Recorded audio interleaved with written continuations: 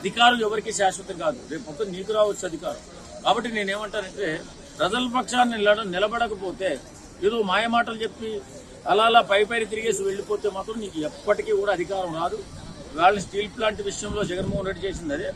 ఖచ్చితంగా ఆయన నిలబడే పార్టీ తరఫున కనీసం 10 లక్షలు 5 లక్షలు కుటుంబానికి 2 లక్షలు సాయం చేస్తే నీ సొమ్మేం పోయిందంటున్నా. వేల కోట్ల రూపాయలు ఆర్థికంగా బలపడి ఉన్నావు, కోటాను కోట్ల రూపాయలు సంపాదించుకుని ఉన్నావు.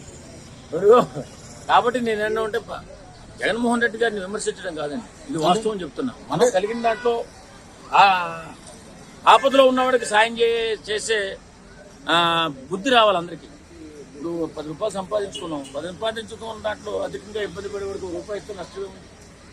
అందులోనే నువ్వు ప్రధానాయకుడిని చెప్పుకుంటున్నావు, నేనేదో గొప్ప చేశానంటున్నావు, గొప్పగా పరిపాలన చేశానంటున్నావు. మరి ఇంత పెద్ద మాటలు మాట్లాడేటప్పుడు నీ సాయం అని చూస్తే సున్నా కనపడుతుంది. ఆర్థికంగా ఎవరిని ఆదుకున్నట్లేదు, మాటలు మాత్రం గట్టిగా మాట్లాడుతున్నావు.